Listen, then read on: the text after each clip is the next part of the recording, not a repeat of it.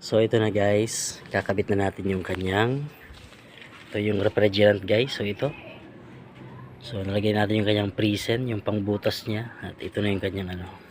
So yung engage nga pala nito guys, yung pagbabasa niya, so ikakabit na natin tong blue dito sa low. So ito yung low guys, so may kita ka dyan na cap, yan o, low L. At isasalpak lang natin yan. So hindi naman yan magkakabaliktad dahil hindi yan kakasya kapag pula. So blue lang talagang kakasya dyan. So itutulak mo lang siya. Tulak lang natin. Yan. Pusa yan o. Yun. Pusa yan papasok. At ito naman yung high. Yung red. So high guys. So yan o.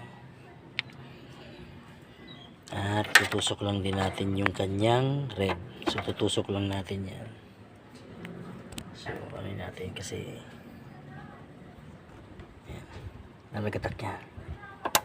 Yan. So okay. So okay na. At syempre, papahanda rin natin yung sakyan mga lodi. So paanda rin muna natin yung sakyan. So ito na guys. Susian na natin.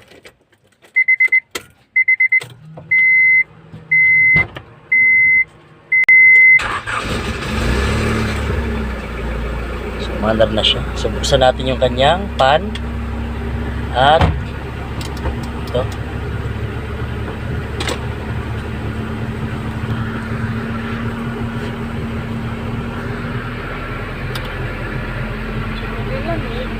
At yung kanyang aircon guys.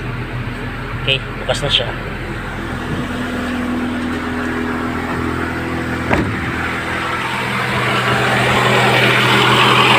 Siya sa yung pan niya. At dito guys, yan, bubuksan natin. Ayan.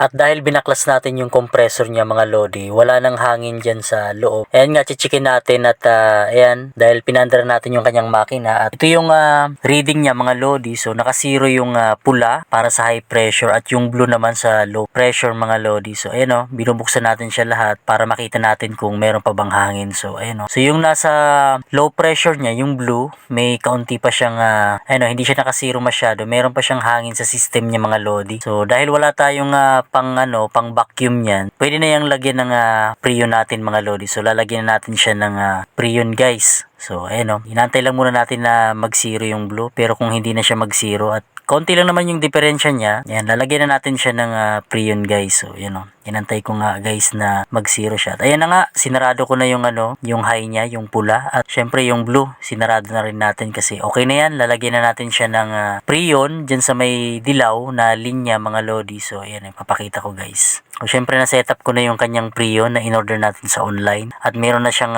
pangbutas, yung kulay pula na yan guys. So yan o. Ayan nga, nung nailagay ko na yung linya niya, yung kulay dilaw, babalik ta rin natin siya guys kasi yung Prion niya is nasa, umi-stay kasi yan sa baba, kaya para makapasok siya dun sa linya natin yung dilaw. Yan. Butasin na natin siya guys. So yan o, yan yung pangbutas guys. So ikutin lang natin yan hanggang bumaba yung pangbutas niya dun sa lata ng Prion. Ayan na nga guys, yan, nabutas na siya. At ayan, para umakyat yung Prion niya, so luluwagan natin ng kaunti dun sa may taas. Papasingawin natin siya ng kaunti para umakyat yung Prion. So yan mga lodi, pasisingawin natin yan mga guys. Yan o, sumingaw na nga siya guys. At ayan, naakyat na yung Prion dyan sa may system na yan guys, sa may taas. So ipapakita ko mga lodi yung kanyang Prion dun sa may, meron yung butas na makikita para makita nyo na meron na siyang Prion dun sa taas. So ayan guys, so kung may makikita ka dyan, meron na siyang tubig. So yan yung Prion niya. So naka-ready na yan. At para mailagay na natin siya sa system ng ating compressor mga lodi, bubuksan natin yung blue,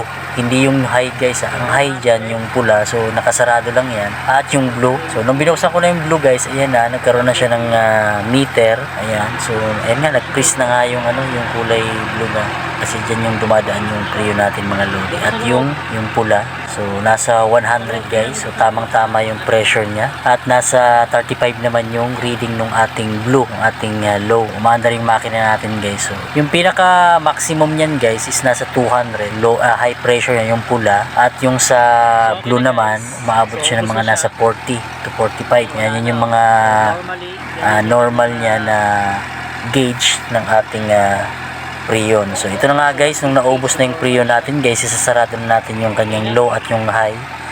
At chichikin natin sa loob ng sasakyan natin guys kung malamig na ba mga lodi. So ito na nga guys, so yan o. So chichikin na natin siya mga...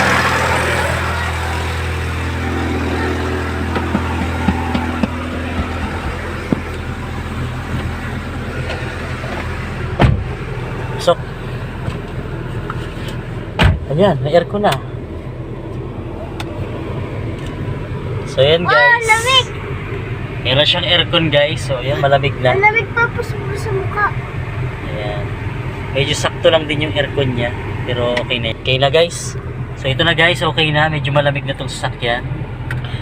So, ayan, may aircon na siya. Yay! So, ayos.